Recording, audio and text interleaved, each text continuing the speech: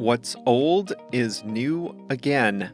Email newsletters are making a comeback.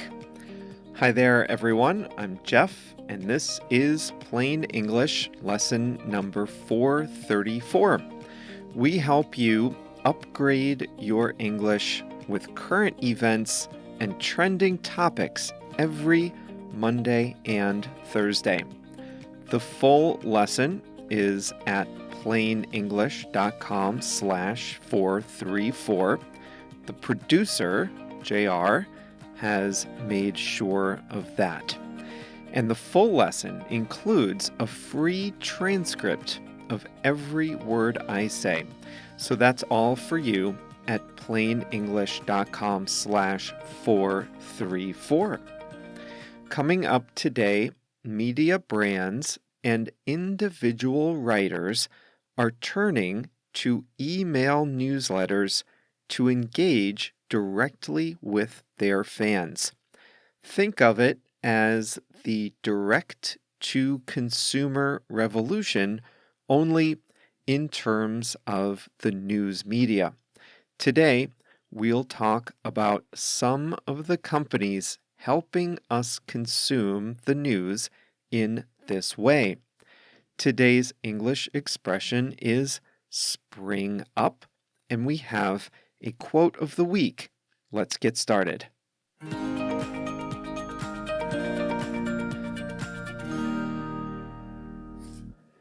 Email is one of the oldest ways to communicate on the internet.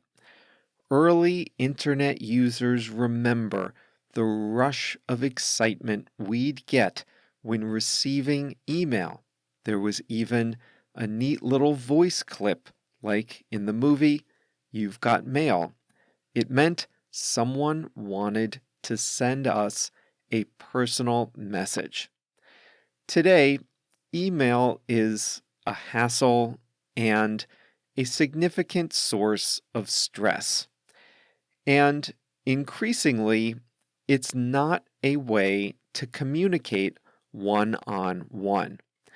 Personal communication has migrated from inboxes to messaging, both on computers and on mobile devices. Email, meanwhile, is increasingly where we keep receipts, get notifications, and engage with brands. At the same time, reading the news has gotten a lot more complicated. Major news sites are refreshed with new content throughout the day, often sending notifications of new stories to your phone. Blogs have exploded in popularity, both independent blogs and those associated with established media sites. Twitter, Facebook, Instagram, TikTok, and other social media sites include news and current events. And so, you might have noticed, do podcasts. Faced with this sensory overload, consumers have turned to trusted brands and voices to curate a selection of items that fit their interests. Opening a news or social media app can lead to exhaustion and mental overload, but opening a newsletter from a trusted brand once a day with a brief selection of items aligned to your interests, well, that's a whole lot more manageable. Several email-only media companies have sprung up to fill this niche. The Skim and Morning Brew are two of the most successful. The Daily Skim is a daily newsletter with a short, easy-to-read, digestible summary of the news that day. This is not where you go for in-depth reporting or analysis. But if you just want an easy overview of the news, it does the trick. The Skim has over 7 million subscribers and is marketed to urban women. Morning Brew has a similar product, but for business content. The Brew, as they call it, has about 4 stories per day, each only a few paragraphs long. They include stats, business headlines, and links to longer, more in-depth articles. They sprinkle in quizzes, puzzles, trivia, and jokes throughout the week.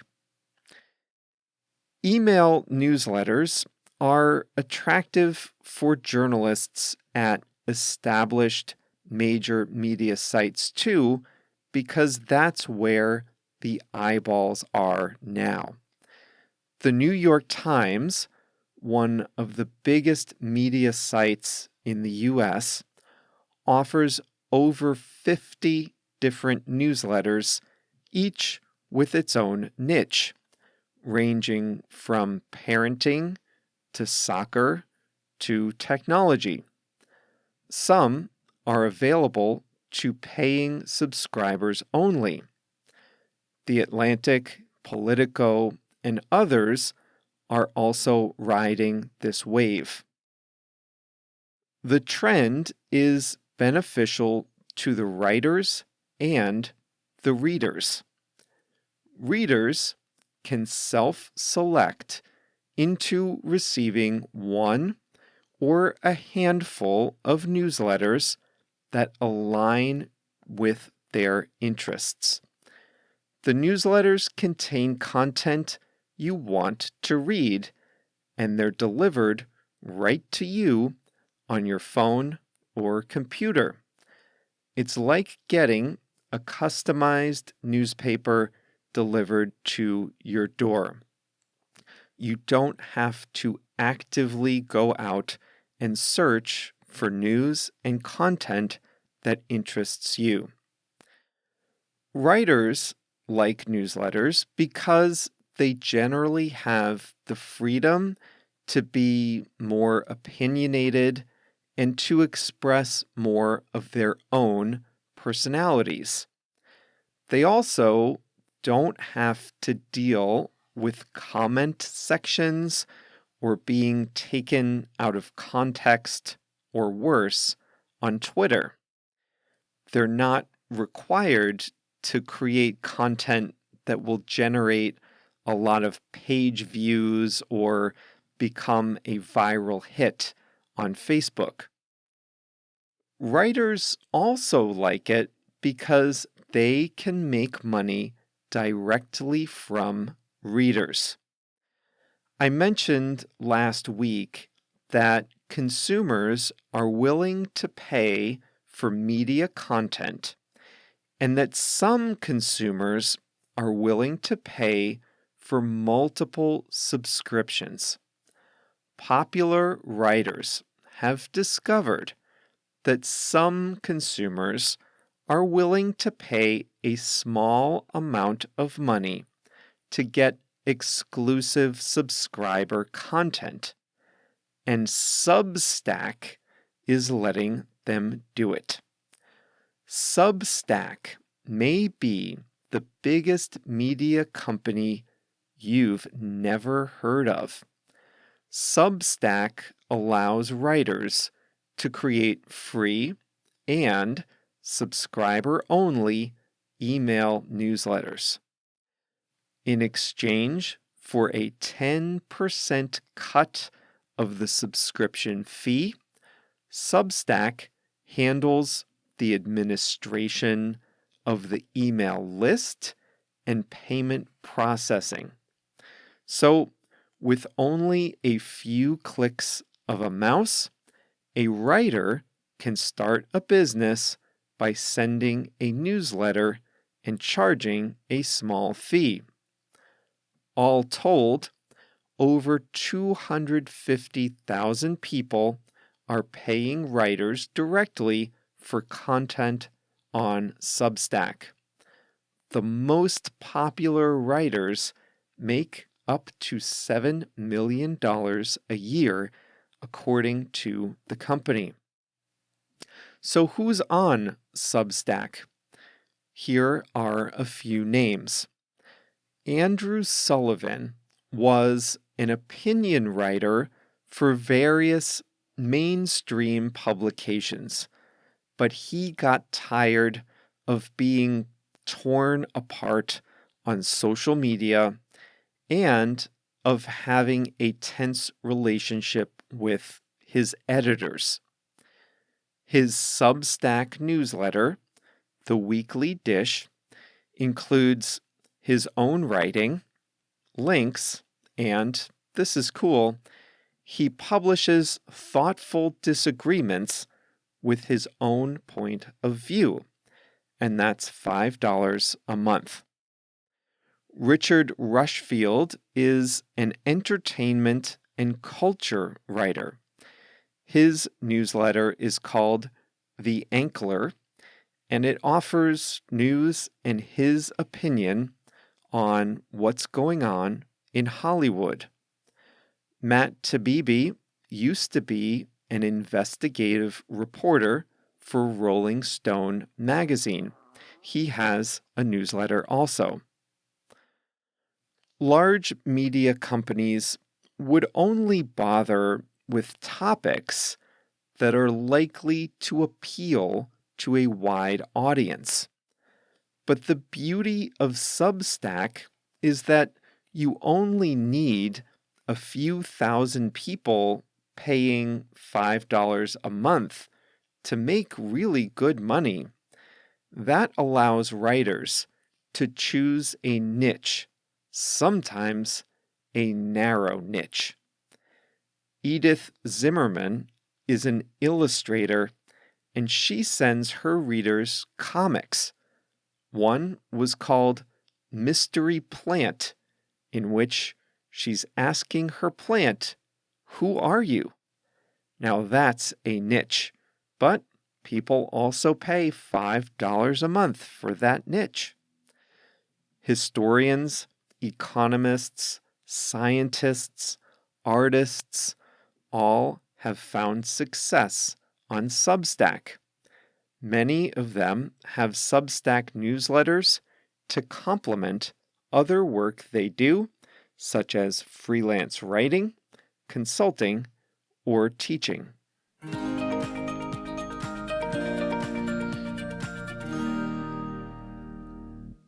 I get a few email newsletters, and I have to say, this is an excellent way to get the news that I want to get without having to look for it.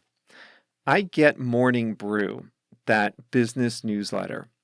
I get one weekly newsletter in Spanish and a couple more about current events here in Chicago. I still use traditional news media apps, but the newsletters are a refreshing way to get an overview of what's going on. Even if I don't have time to check any other apps, I know I get the basics from these newsletters.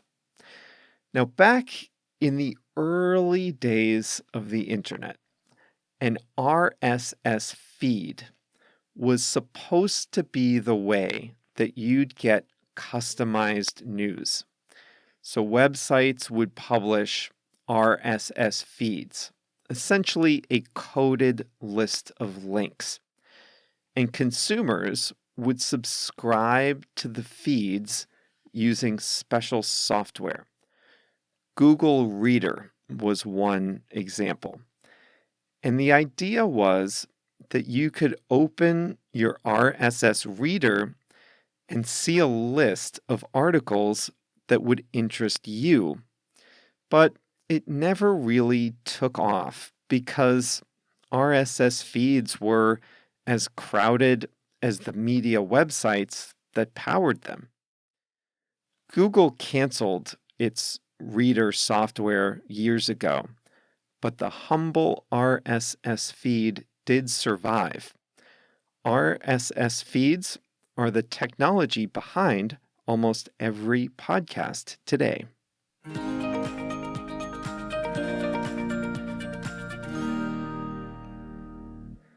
Today's English expression is spring up.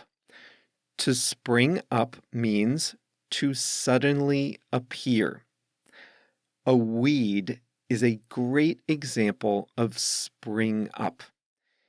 If you have a well-manicured lawn, or even a driveway or a sidewalk, you might be disappointed one day to see weeds spring up. Weeds suddenly appear. You don't plant them, and you don't see them slowly peek out of the ground. Nope, they spring up. They suddenly appear. In today's lesson, we talked about the popularity of email newsletters. A lot of traditional media companies are offering them, but new companies are springing up to offer newsletters exclusively. I gave you two examples, The Skim and Morning Brew. They're not exactly new. The Skim started in 2012 and Morning Brew in 2015. But when they started, they appeared out of nowhere. Who would have thought that you could create a whole media company based on free newsletters? Here's another great example of spring up. Guess what started springing up in city centers during the pandemic? If you said testing centers, you're right. Walking around Chicago and some of the cities in Europe that I visited, I saw COVID testing centers with long lines outside. Before, we didn't have any testing centers, and now they're everywhere. Testing centers have been springing up. If you live in a big city with a lot of small businesses, you may have noticed that co-working offices have been springing up. These are small shared offices for freelancers and small companies. They offer the amenities of a real office without the commitment or the hassle. It's great for individuals or small teams. Years ago, this sort of place didn't exist. But in the last 5 to 10 years, co-working spaces have been springing up in cities from New York to Bali, Sao Paulo to Cairo. We can talk about this with buildings too. Now, in the case of a building, it only seems sudden. It's not like a weed that grows overnight. But with spring up, it's all about speed compared to your expectation. You expect the occasional building to go up now and then. But if a lot of new projects are developed in a short period of time, you can say that buildings are springing up. Have you ever lived in a place where new infrastructure was announced? For example, when a new train line is planned, new buildings spring up along the rail line, usually apartments and retail shops. If a lot of people are moving to a new area, new homes might spring up too. And if enough people move in, shopping centers will also spring up. They'll appear suddenly.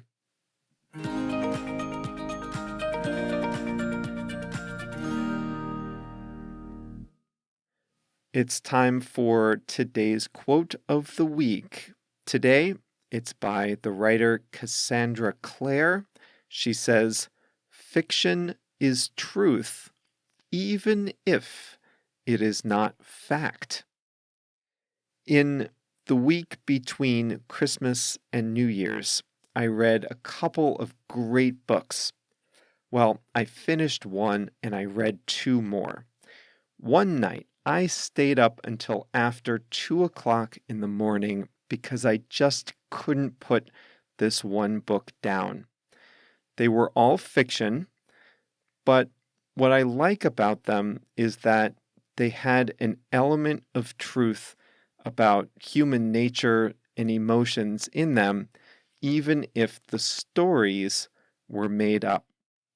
And that is what this quote is about. Fiction is truth, even if it is not fact, says Cassandra Clare. And that's it for today. You know, we send out a free summary of each lesson, including links to each part of the lesson. You get that automatically with a free membership at plainenglish.com. So if you're not getting those, just go to plainenglish.com and click on any of the buttons to join. Choose a free membership and you'll be getting a summary of each Plain English lesson delivered right to your inbox. All right, coming up on Thursday, I took a test drive of a Tesla, and I'm going to tell you all about it. JR came along with me, so Thursday's lesson and next Monday's lesson will be all about my experience behind the wheel of a Tesla and JR's experience in the co-pilot's seat. I can't wait to tell you what JR said as soon as we got out of the car. Well, that's on Thursday here at Plain English. See you then.